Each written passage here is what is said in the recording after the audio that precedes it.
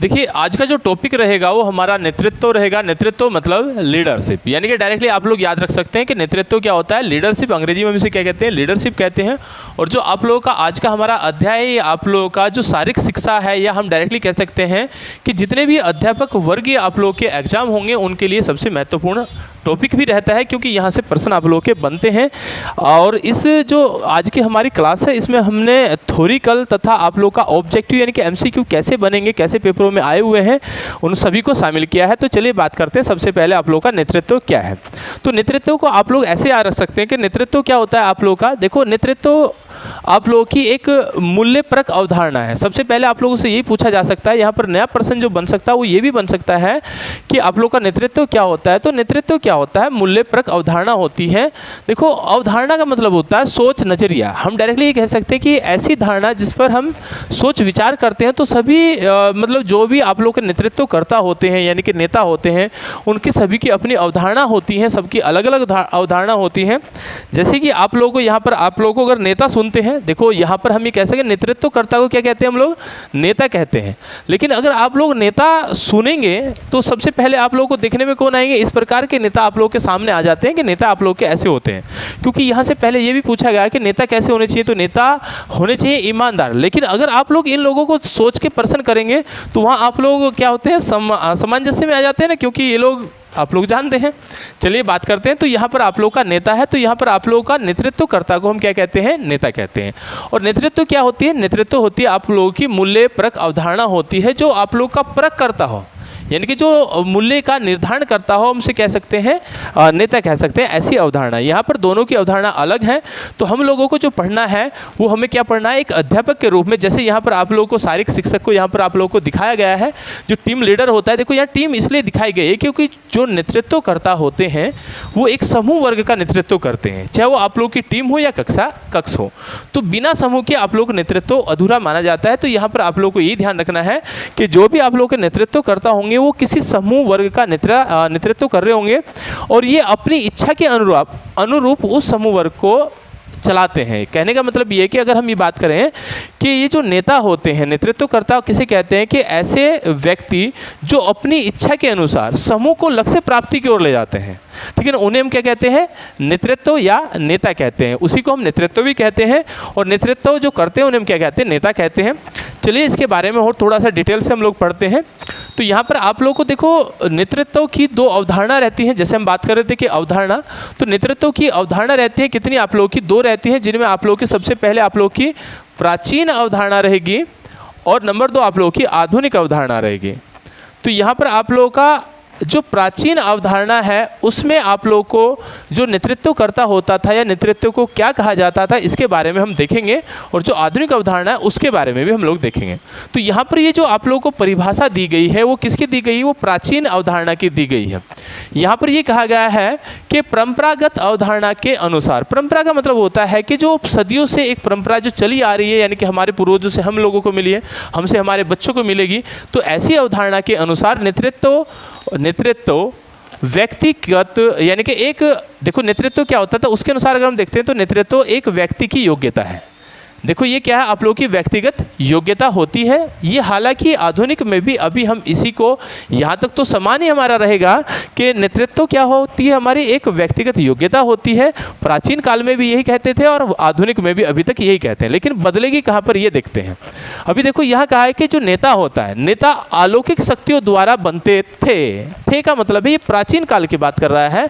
तो प्राचीन काल में लोगों की ये अवधारणा थी कि जो नेता है वो कैसे बनते हैं, वो अलौकिक शक्तियों द्वारा बनाए जाते थे या बनते थे, हाँ, जिनमें मानव मस्तिष्क को पढ़ने की योग्यता होती थी। देखो ये प्राचीन अवधारणा थी कि उनमें मानव मस्तिष्क को पढ़ने की योग्यता होती थी। हालांकि वर्तमान अवधारणा क्या होती है, उनमें ऐसी योग्यता होनी चाहिए कि वो अपनी इच्छा शक्ति के अनुसार पूरे समूह वर्ग को लक्ष्य की ओर ले जाएं। तो ये आधुनिक अवधारणा होगी। तो प्राचीन अवधारणा में क्या कहा गया कि मस्तिष्क को पढ़ने की योग्यता होती थी, उन्हें हम क्या कहते थे, नेतृत्वकर्ता कहते थे। लेकिन अगर हम आधुनिक में देखते हैं तो यहाँ से आप लोगों को यही ध्यान रखना है कि जो आप लोगों की नेतृत्व की अवधारणा होती है वो काल के अनुसार दो प्रकार की होती है, एक प्राचीन और एक आधुनिक। प्राचीन में यहाँ पर आप लोगों को दिया है अलौकिक शक्तियाँ बताया गया है। उसके बाद में यहाँ पर आप लोगों को ये भी कहा है कि मानव के मस्तिष्क को पढ़ने की योग्यता होती थी। जबकि वर्तमान में अगर हम आप लोग बात करेंगे तो वर्तमान अवधारणा में ये दिया गया है कि देखो वर्तमान समय में नेतृत्व एक व्यक्तिगत योग्यता के रूप में देखा जा सकता है, बिल्कुल, ये प्राचीन में भी देखा जा सकता था, लेकिन वर्तमान परिभाषाओं के नेतृत्व, वर्तमान में जो नेतृत्व की परिभाषा दी गई है उसमें क्या दिया गया है, उसमें कहा गया है कि नेतृत्व को समाज प्रभावित प्रक्रिया माना जाता है। यानी कि नेतृत्व क्या होता है, जो समाज को प्रभावित करता हो, समाज को प्रभावित करने वाले की जो प्रक्रिया है उसे हम क्या कहते हैं, नेतृत्व कहते हैं। जबकि प्राचीन काल में क्या कर रहे थे कि उसे ऐसी योग्यता दे दी है पारलौकिक, जो क्या करता है, मस्तिष्क को पढ़ने की योग्यता रखता है। लेकिन यहाँ पर ऐसा नहीं माना गया है, यहाँ पर ये माना गया है कि वो जो समाज को प्रभावित प्रक्रिया करता है, यानी कि समाज का मतलब है लीडर ऐसा होना चाहिए। यहाँ पर आप लोग ऐसे याद रख सकते हैं कि एक लीडर ऐसा होना चाहिए जिसके पीछे एक समूह वर्ग चलता हो और समूह वर्ग उसका अनुकरण करे। क्योंकि यहाँ पर क्या दिया गया है कि जो लीडर होता है, यह हम कक्षा कक्ष की बात करते हैं तो अध्यापक का अनुकरण करते हैं बच्चे। क्योंकि जब हम आप लोग बाल विकास का चैप्टर, या हम इसी में भी आप लोग का पोडोलॉजी थोड़ा सा चैप्टर आता है शारीरिक शिक्षा में भी, और शारीरिक शिक्षा में ये टॉपिक सबसे महत्वपूर्ण इसलिए भी रहता है क्योंकि वहाँ एक जो आप लोग का कोच होता है या फिजिकल एजुकेशन का टीचर होता है। वैसे तो सामान्य शिक्षा में भी एक टीचर नेतृत्व करता होता है, वो पूरी कक्षा को अनुरूप चलाता है, अपने अनुरूप चलाता है। लेकिन खिलाड़ियों में क्या होता है, ये सबसे माने रहती है कहाँ पर, आप लोग का फिजिकल एजुकेशन में, क्योंकि टीम को उसे अपने अनुरूप चलाना होता है। भाई कहाँ पर आप लोग को, जैसे क्रिकेट में आप लोग देख पा रहे हैं कि भाई सबसे पहले खेलने कौन जाएगा, सबसे बाद में कौन जाएगा, कौन बॉलिंग करेगा, इसके बारे में कौन बताता है, तो इसके बारे में कौन बताएगा, आप लोग का नेतृत्व करता मतलब नेता बताता है। तो यहाँ पर हमें आप लोग यही याद रख सकते हैं कि वर्तमान परिभाषा में समाज को प्रभावित करने की प्रक्रिया है, वो उस समूह वर्ग को कैसे प्रभावित करता है। जबकि प्राचीन काल में मस्तिष्क को रीड करने की क्षमता वहाँ पर आप लोगों को दी गई है। चलिए बात करते हैं नेक्स्ट में थोड़ा सा। तो यहाँ पर आप लोगों को फिर रहेगा नेतृत्व। अब नेतृत्व देखो, नेतृत्व सबसे पहले हमने बात की थी कि नेतृत्व बिना समूह और संगठन के नहीं चलेगा। नेतृत्व क्या होता है कि हम कुछ लोगों का नेतृत्व करेंगे, क्योंकि अपना नेतृत्व तो अपने आप नहीं हो सकता ना। तो यहाँ पर आप लोगों का समूह और या संगठन आप लोग ध्यान रखते हैं। तो समूह और संगठन के लक्ष्य प्राप्ति हेतु सदस्यों को प्रभावित करने की योग्यता होती है नेतृत्व। यानी कि मेरे पास जो समूह है उसे मुझे लक्ष्य तक भी पहुंचाना है, और किसके अनुसार, अपने अनुसार पहुंचाना है, टीम के अनुसार नहीं पहुंचाना, मुझे अपने अनुसार पहुंचाना है। तो ऐसी योग्यता को हम क्या कहते हैं, नेतृत्व कहते हैं, और नेतृत्वकर्ता को हम नेता कहते हैं। चलिए बात करते हैं नेक्स्ट में। आप लोग को दिया है कि नेतृत्व मुख्य रूप से व्यवहार को प्रभावित करने वाली सतत प्रक्रिया है। बिल्कुल, यहाँ पर आप लोग ऐसे याद रख सकते हैं कि देखो, अनुकरण विधि का जिसका हम बात कर रहे थे कि बच्चे अध्यापक का अनुकरण करते हैं तो वो उनके व्यवहार से प्रभावित होते हैं, ठीक है ना। ये जो समूह वर्ग है अनुकरण करता जैसा होगा तो उसका अनुकरण ऐसे करेंगे तो उसके व्यवहार से प्रभावित होते हैं। और यहाँ पर आप लोगों को दिया गया है सतत प्रक्रिया है। सतत का मतलब होता है लगातार चलने वाली प्रक्रिया, क्योंकि यहाँ से आप लोगों से ये पूछा जा सकता है कि नेतृत्व किस प्रकार की प्रक्रिया है। तो नेतृत्व सतत प्रक्रिया है या असतत प्रक्रिया है। तो आप लोगों को ये भी ध्यान रखना है कि जो नेतृत्व होगी वो कैसी होगी, आप लोगों की सतत प्रक्रिया होगी, ठीक है ना, असतत प्रक्रिया नहीं होगी। तो ये सतत प्रक्रिया है, यानी कि लगातार चलने वाली एक प्रक्रिया होती है। क्योंकि जब तक आप लोगों के पास में लीडर रहेगा हम लोग उसी का अनुकरण करेंगे, तो इसलिए हम इसे क्या कहते हैं, सतत प्रक्रिया कहते हैं। चलिए अब यहाँ पर दिया गया है कि नेतृत्व एक ऐसी क्रिया है जो व्यक्ति को इस प्रकार प्रभावित करे कि वो अपनी इच्छा से समूह के उद्देश्य के लिए प्रयास करे। यानी कि एक नेतृत्वकर्ता में, एक नेता में ऐसे गुण होने चाहिए कि वो अपनी इच्छा के अनुरूप उस समूह वर्ग पर काम करा सके, यही नेतृत्व है। चलिए अब नेक्स्ट में आप लोगों को देखते हैं। देखो यहाँ से ये परिभाषा, ये आप लोगों का लिखने का मतलब ये था कि ये अलग अलग अगर पर्सन के रूप में बनाते हैं तो वहाँ आप लोगों को ऐसे भी क्वेश्चन रह सकते हैं कि नेतृत्व मुख्य रूप से व्यवहार को प्रभावित करने वाली किस प्रकार की प्रक्रिया है, तो सतत है या असतत है। यहाँ पर ये परिभाषा आप लोगों को जो कि तो भी देखने को मिल सकती है। तो आप लोगों को यही ध्यान रखना है कि अपनी इच्छा के अनुसार उस समूह वर्ग पर काम कराना ही हमारा क्या होता है, नेतृत्व कहलाता है। चलिए अब यहाँ पर आप लोगों को ये एक टीम दिख रही है, और इस टीम में आप लोग को यहाँ पर एक लोग, ये आप लोग को कोच दिख रहे होंगे। तो ये क्या कर रहे हैं कि ये समूह वर्ग है। जैसे हम बात कर रहे थे कि एक समूह वर्ग को, तो ये एक क्या है, समूह वर्ग है। और इसका नेतृत्व कौन कर रहे हैं, अभी आप लोग कोच कह सकते हैं, आप लोग शारीरिक शिक्षा के टीचर भी कह सकते हैं। तो ये जो व्यक्ति हैं ये इस समूह वर्ग का क्या कर रहे हैं, नेतृत्व कर रहे हैं। तो ये नेतृत्वकर्ता कहलाएंगे। अब ये इस टीम को अपने अनुरूप चलाने के लिए प्रयास कर रहे हैं और उद्देश्य तक पहुँचाने की बात कर रहे हैं। तो इनके साथ में डिस्कस करेंगे। देखो डिस्कस का मतलब ये होता है कि यहाँ पर नेतृत्व यानी कि नेता के कुछ प्रकार रहते हैं, जैसे हम अभी लास्ट में भी बढ़ेंगे तो यहाँ पर नेताओं के प्रकार भी रहते हैं, लेकिन अभी हमें याद रखना है कि ये जो टीम है इसका नेतृत्व ये लोग कर रहे हैं और ये इस टीम को जिताने के लिए डिस्कस कर रहे होंगे। जाहिर सी बात है कि अगर हम यहाँ अनुमान लगा पाते हैं तो उनके कमियों के बारे में बता रहे होंगे, कैसे चलना है, किसे खेलना है, कहाँ पर खेलना है, ये सारी जानकारी इस टीम को देते हैं, तो ये क्या कहलाएंगे, नेतृत्व करता है। अब ये लोग सभी इनसे प्रभावित होते हैं और इनके अनुरूप चलेंगे तभी तो ये क्या कहलाएंगे, तभी ये क्या कहलाएंगे, नेतृत्व कर्ता कहलाएंगे। चलिए अब देखो पर्सन कैसे बनते हैं, यहाँ तक जो हमने अभी तक पढ़ा उस पर पर्सन कैसे बनते हैं पहले तो हमने बीच बीच में बताया। तो यहाँ से एक ये पर्सन आप लोगों का यूपी टीजीटी में आया हुआ था, यानी कि ये जो क्वेश्चन है ये आप लोगों का यूपी टीजीटी 2005 में आया हुआ क्वेश्चन है और यहाँ पर यही पूछा गया है कि बल का प्रयोग किए बिना समूह से वांछित कार्य करवाने की योग्यता को क्या कहते हैं, कि किसी भी समूह से अपने अनुरूप कार्य करवाने की योग्यता क्या कहलाती है, और वो भी बिना बल पर ही, बिना बल के प्रयोग किए। क्योंकि बल के अगर हम डर की बात करते हैं तो डर से तो हम, आप लोगों ने सर्कस में देखा होगा कि जानवर को भी कुर्सी पर बैठना सिखाया जा सकता है, लेकिन यहाँ नेतृत्व का मतलब ये होता है कि वहाँ आप लोगों को बल का प्रयोग नहीं करते हैं, तो नेतृत्व में बल का प्रयोग की आवश्यकता नहीं होती है और वहाँ पर क्या रहते हैं, हमारे जो गुण रहते हैं, जो हमारा प्रभाव रहता है उसी से चलता है, उसके अनुरूप हम लोग, यानी कि नेतृत्व जो करता होता है वो उस समूह को, पूरे समूह को क्या करा सकता है, देखो अपने वांछित कार्य कराने की योग्यता को क्या कहते हैं। तो यहाँ पर आप लोगों का जैसे शिक्षा में, यहाँ पर आप लोगों को ऑप्शन में जैसे आप लोगों को आदि शिक्षा भी था, नेतृत्व था, निर्माण था और आप लोग का प्रशिक्षण था, तो जैसे कि हम अभी तक पढ़ के आ रहे हैं तो ये आप लोग का कौन होगा, नेतृत्व होगा। तो नेतृत्व का मतलब होता है कि अपने अनुरूप काम कराना, ठीक है ना। इस प्रकार की आप लोगों की यहाँ से पर्सन बनने वाले हैं। चलिए बात करते हैं नेक्स्ट पर्सन की, नेक्स्ट क्वेश्चन की। तो यहाँ पर आप लोग को दिया है जो नेतृत्व होते हैं, नेतृत्व के गुण क्या होते हैं, यानी कि जो नेतृत्व करता होते हैं, जो नेता होते हैं, उनके गुण कैसे होने चाहिए। तो आपको सबसे पहले तो यही याद रखना है कि जो नेतृत्व होते हैं, नेतृत्व के दो गुण होते हैं, दो प्रकार के उनमें गुण पाए जाते हैं। ये सबसे पहले ये आएगा कि अगर यहाँ से ये पूछता है कि एक नेता में कितने प्रकार के गुण पाए जाते हैं, तो एक नेता में दो प्रकार के गुण पाए जाते हैं, जिनमें एक अनिवार्य गुण होते हैं और एक आंतरिक गुण होते हैं। आंतरिक गुण का मतलब ये होता है कि जो हमारे मूलभूत गुण होते हैं, जो पहले से हमारे पास में होते हैं, ऐसे गुण होते हैं, आंतरिक गुण होते हैं। क्योंकि यहाँ से ये भी पूछा जा सकता है कि जैसे अनुशासन है, तो अनुशासन एक नेता का किस प्रकार का गुण है, वो आंतरिक गुण होता है या अनिवार्य गुण है। यहाँ से इस प्रकार से भी पर्सन बन सकते हैं, इसीलिए हमने इन दोनों गुणों को अलग अलग करके लिखा है। इधर आप लोगों के अनिवार्य गुण रहेंगे और इधर आप लोगों के आंतरिक गुण रहेंगे। अब चलिए बात करते हैं अनिवार्य गुण की। देखो अनिवार्य गुण का मतलब होता है कि एक लीडर के पास में एक संकल्प होना चाहिए लक्ष्य तक पहुंचने का, तो दृढ़ संकल्प होना चाहिए। उसके पास में एक टीम को खिलाने का साहस होना चाहिए, यानी कि दूसरी टीम का मुकाबला करने का साहस होना चाहिए। दूरदर्शिता का मतलब होता है कि पहले ही सोच सकते हैं, यानी कि दूर की सोच रखने वाला हो। दूरदर्शी का मतलब होता है कि दूरदर्शिता मतलब दूर की सोच रखने वाला यहाँ पर होना चाहिए, क्योंकि अगर वो दूर की सोच नहीं रखेंगे तो पहले टीम का मैनेजमेंट बिल्कुल नहीं कर सकते। तो यहाँ पर आप लोग ऐसे आ सकते हैं जो अनिवार्य हैं। तो अनिवार्य का मतलब होता है खेल जीतने के लिए जो हम काम करते हैं वो अनिवार्य में आते हैं। तो सबसे पहले आप लोगों का दृढ़ संकल्प होगा, उसके बाद साहस की आवश्यकता आप लोगों को पड़ेगी। दूरदर्शिता का मतलब होता है कि पहले ही हम दूसरी टीम के बारे में सोच लेते हैं कि हमें ये मैच कैसे जीतना है, तो दूर की सोच रखने वाला होता है, बुद्धिमानी होता है। क्योंकि अगर टीम के बीच में भी, यानी कि मैच के बीच में अगर आप लोगों को कोई प्रॉब्लम आ जाए तो उसे समस्या का समाधान करने की उसमें ऐसे गुण होने चाहिए, यानी कि उसकी बुद्धिमत्ता ऐसी होनी चाहिए। तो बुद्धिमानी होना चाहिए और निर्णय करता होना चाहिए। उसके बाद कल्पना शक्ति उसमें होनी चाहिए। तो कल्पना शक्ति भी कैसी होती है, अनिवार्य। कल्पना शक्ति जैसे कि हमने याद किया है कि अनिवार्य गुणों को आप एक खेल के मैदान से समझ सकते हैं। तो अनिवार्य जो गुण होते हैं वो आप लोगों के जैसे खेल के मैदान में आप लोगों के काम आते हैं, तो इन्हें अनिवार्य गुण कहते हैं। क्योंकि दृढ़ संकल्प की आवश्यकता आप लोगों को क्या होगी, मैच को जीतने में होगी। साहस की आवश्यकता होगी, दूसरे खिलाड़ी के सामने खेलने में होगी।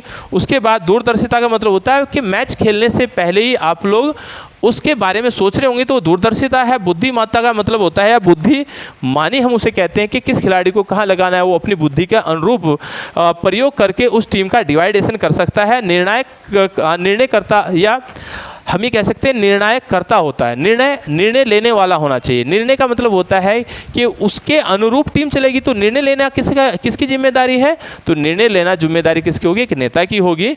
उसके बाद कल्पना शक्ति है, क्योंकि मैच खेलने से पहले ही हम अपनी कल्पना का विकास कर लेते हैं कि ये मैच हमें जीतना है। ठीक है ना। तो इसीलिए हम कल्पना शक्ति कहते हैं प्रबंधन की अक्षमता। तो प्रबंधन का मतलब होता है मैच प्रबंधन या खिलाड़ियों का प्रबंधन करना कि किस प्रकार से कौन कहाँ पर खेलेगा, ये प्रबंधन की क्षमता होती है। तो जो आप लोगों के अनिवार्य गुण हैं वो आप लोग मैदान से याद रख सकते हैं, क्योंकि अगर हम आंतरिक गुणों को देखते हैं तो आंतरिक गुणों में आती है उदारता। अब उदारता का मतलब होता है इसका खेल मैदान से कोई संबंध नहीं होता है। अनुशासन, अनुशासन का अपना देखो, अनुशासन का केवल खेल मैदान से संबंध नहीं होता। अनुशासन का मतलब होता है मुझे घर पर भी जल्दी उठना है, भाई सुबह उठना है, 10 बजे कॉलेज जाना है या जो भी करना है। तो अनुशासन का मतलब ये नहीं होता कि केवल खेल मैदान में हो, ये आप लोग का घर भी हो सकता है और खेल मैदान में भी हो सकता है। ईमानदारी आप लोगों की घर में भी हो सकती है और खेल मैदान में भी हो सकती है। सत्यनिष्ठा आपकी खेल मैदान में भी हो सकती है और आप लोगों की घर में भी हो सकती है। नैतिक साहस, नैतिक का मतलब यहाँ साहस नहीं है, यहाँ आप लोगों का नैतिक साहस है, जो आप लोगों के अपने साहस होते हैं। तो ये आप लोगों के कौन है, आंतरिक है। व्यवहार कौशल, वो अपने बारे में बात कर रहा है। तो आप लोग दोनों जो गुण हैं उन्हें आप लोग इसी प्रकार से याद रख सकते हैं कि ये अनिवार्य गुण है और ये आंतरिक गुण है। अनिवार्य गुण का मतलब होता है आप लोग ऐसे याद रखेंगे कि जो खेल के मैदान में काम आते हैं, और ये दोनों प्रकार से हमारे काम आते हैं, उसके आंतरिक गुण होते हैं। चलिए अब यहाँ से देखो प्रश्न इस प्रकार से आया हुआ था, जो क्वेश्चन आया हुआ है अभी तक, ये भी आप लोग का टीजीटी है, हालांकि इसके ऊपर लिखा हुआ नहीं है। तो यहाँ पर दिया हुआ था अनुशासन, ईमानदारी तथा आकर्षण व्यक्तित्व किसके गुण हैं। तो आप लोग को यहाँ ऑप्शन में जैसे डॉक्टर है, इंजीनियर है, नेता, और आप लोग का इनमें से कोई नहीं। तो हमने पहले ही पढ़ा है कि ये किसके होते हैं, नेता के। अभी देखो अगर आप लोगों को, जैसे हमने यहाँ पर आप लोगों को एक नेता दिखाया था कि अगर आप लोग इनके गुणों के बारे में देखते हैं तो जैसे हमें ये सोच के बिल्कुल नहीं करना है कि जैसे यहाँ पर आप लोगों को ये नेता दिखाए गए थे ना कि जो इस प्रकार के नेता होते हैं तो वो अनुशासन में रहते हैं कि वो हमेशा लेट आते हैं। तो आप लोगों को ये नेता नहीं सोचने, आप लोगों को ये वाले नेता को सोचकर ही आप लोगों को क्या करना है, क्योंकि हम एजुकेशन की बात कर रहे हैं। और जब हमारा पेपर होगा यानी कि हमारी परीक्षा होगी तो उसमें इन नेताओं के बारे में नहीं पूछा जाएगा, तो इन नेताओं के बारे में पूछा जाएगा, यानी कि ऐसे लीडर, उन लीडरों के बारे में पूछा जाएगा जो शिक्षा से जुड़े हैं। तो इसलिए आप लोगों को याद रखना है कि जो आप लोगों के नेता होंगे उनके गुण हमारे क्या होंगे, जैसे कि हम बात कर रहे थे तो इनके गुण हमारे क्या होंगे। यहाँ पर आप लोगों को यही दिया गया था कि देखो अनुशासन में कौन रहता है। अगर हम टीचर की बात करते हैं तो टीचर अनुशासन वाला होगा तभी तो बच्चे अनुशासन सीखेंगे। ईमानदार होगा, आकर्षण होगा, तो ये किसके गुण होते हैं, नेता के। ठीक है, चलिए बात करते हैं। यहाँ पर नेक्स्ट में आप लोगों को दिया है कि जो नेता होता है, अब खेलों में नेता की बात कर रहे हैं, यानी कि जो हमारा खेल शिक्षा है उससे जो जुड़ा है। तो हम यहाँ बात कर रहे हैं खेल नेता, यानी कि आप लोगों को ऐसे याद रख सकते हैं कि जो खेल में नेता होता है उसकी जो नैतिकता होती है, खेल के नेता की जो नैतिकता होती है, यानी कि एक शारीरिक शिक्षा की जो शारीरिक शिक्षक हैं उसकी जो नैतिकता होती है, उसके बारे में अगर बात करते हैं तो सबसे पहला प्रश्न यहाँ से यही बनेगा कि उसके जो प्रमुख गुण होते हैं वो कितने होते हैं। तो उनकी संख्या क्या होती है, 4 होती है। यानी कि शारीरिक शिक्षक के नैतिकता गुण कितने होते हैं, तो वो कितने होते हैं, आप लोग के 4 होते हैं, जिनमें निष्पक्षता होती है, अखंडता होती है, जिम्मेदारी होती है और सम्मान होता है। क्योंकि खेल में ये सिखाया जाता है कि प्रत्येक खिलाड़ी का सम्मान करना चाहिए, अभी निष्पक्षता होनी चाहिए, किसी के साथ में भेदभाव बिल्कुल नहीं करना चाहिए। ये उसके 4 गुण होते हैं, अखंडता होती है, जिम्मेदारी होती है। चलिए, तो आप लोगों को ये याद रखना है कि खेल नैतिकता के 4 प्रमुख गुण होते हैं। तो यहाँ खेल अध्यापक की भी हम बात कर सकते हैं, यानी कि एक स्पोर्ट टीचर की भी हम बात कर सकते हैं। जैसे यहाँ से प्रश्न देखो, ये आप लोग को प्रश्न दिया गया था कि निष्पक्षता, अखंडता, जिम्मेदारी और सम्मान के 4 प्रमुख गुण हैं।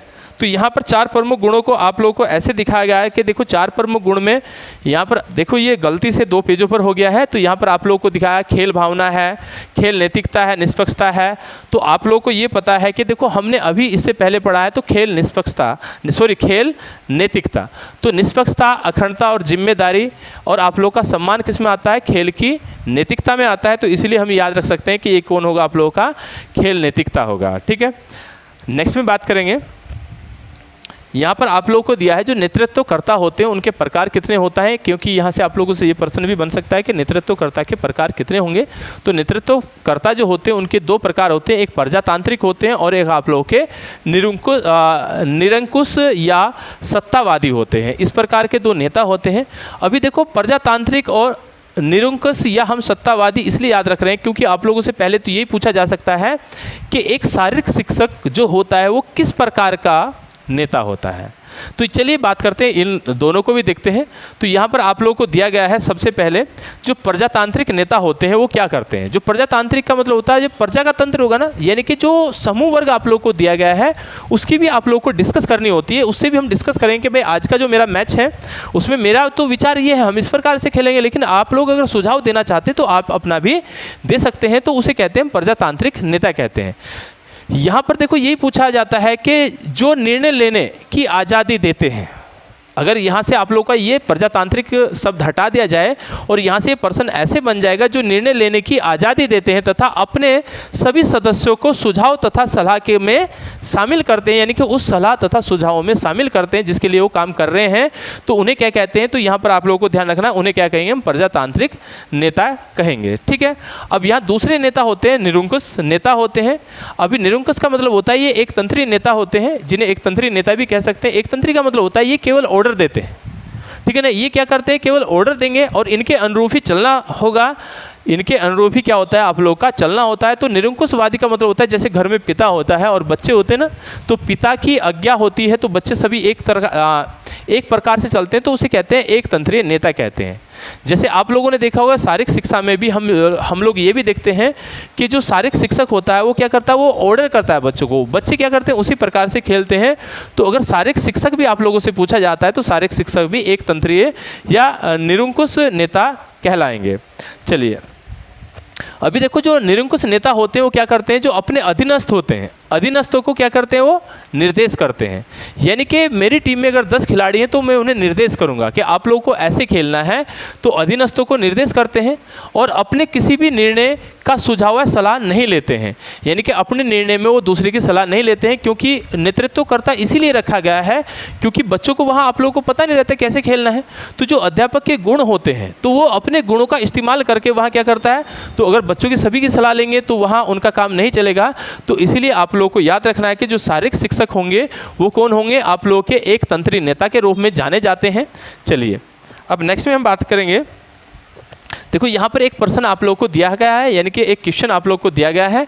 तो यहाँ पर आप लोगों को दिया गया है कि वह नेता जो निर्णय लेने में सारी स्वतंत्रता की आज़ादी देते हैं एवं समूह की गतिविधियों में भाग नहीं लेते हैं, उनको क्या कहते हैं। तो देखो यहाँ पर ये पूछा है कि समूह की गतिविधियों में भाग नहीं लेते हैं वो वह नेता जो निर्णय लेने में सारी स्वतंत्रता आज़ादी देते हैं। निर्णय लेने में तो आज़ादी है लेकिन समूह की गतिविधियों में भाग नहीं लेते हैं, वो अपने अनुरूप समूह को चलाने की बात करते हैं।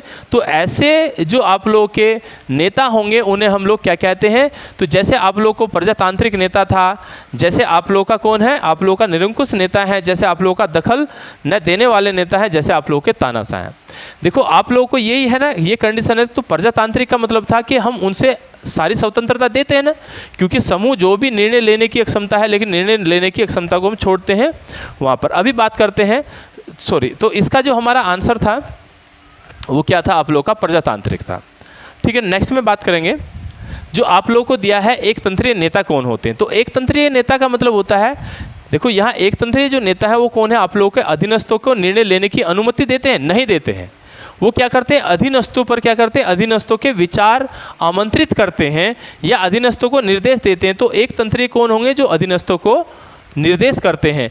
जबकि पहला जो प्रश्न आप लोगों को दिया गया है उसमें ये दिया गया था कि वह नेता जो निर्णय लेने में सारी स्वतंत्रता देते हैं, ये पूरे समूह वर्ग को अपनी स्वतंत्रता देते हैं। तो ऐसे नेता को क्या कहते हैं, प्रजातांत्रिक कहते हैं।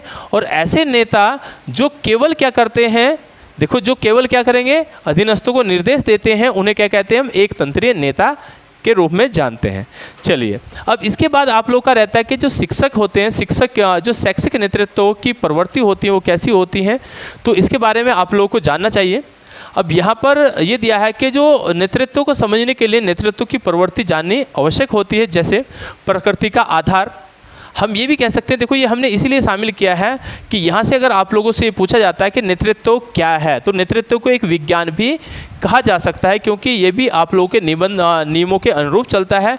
और जो विज्ञान होता है वी मतलब देखो विज्ञान में ये दिया गया है जो क्रमबद्ध अध्ययन जिसे हम कहते हैं वो विज्ञान होता है। तो यहाँ पर भी आप लोगों का क्रमबद्धता दिखाई जाती है। तो इसीलिए आप लोग को याद रख सकते हैं कि नेतृत्व क्या होता है, एक विज्ञान भी होता है। और इसी के साथ आज का जो हमारा अध्याय है वो समाप्त होता है। अगर आप लोगों को हमारी आज की क्लास अच्छी लगती है तो आप अपने दोस्तों को शेयर कर सकते हैं।